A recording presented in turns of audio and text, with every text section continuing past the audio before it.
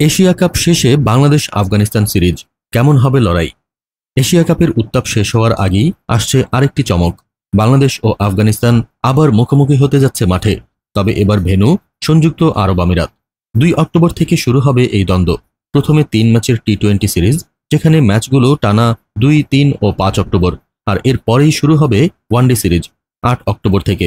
বাকি দুটি ওয়ানডে হবে 11 ও 14 অক্টোবর। অর্থাৎ এশিয়া কাপ শেষে খুব একটা বিশ্রাম পাচ্ছে না বাংলাদেশ দল।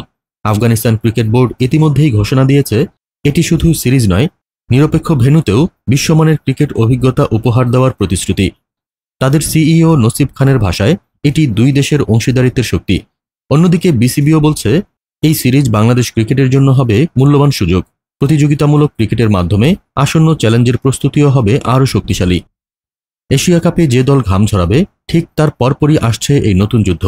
প্রশ্ন হচ্ছে, বাংলাদেশ কি আফগানিস্তানের বিপক্ষে নিজেদের দাপট দেখাতে পারবে, নাকি এশিয়ার নতুন ক্রিকেট শক্তি আফগানিস্তান আবারও চমক দেখাবে? উত্তর জানা যাবে অক্টোবরে।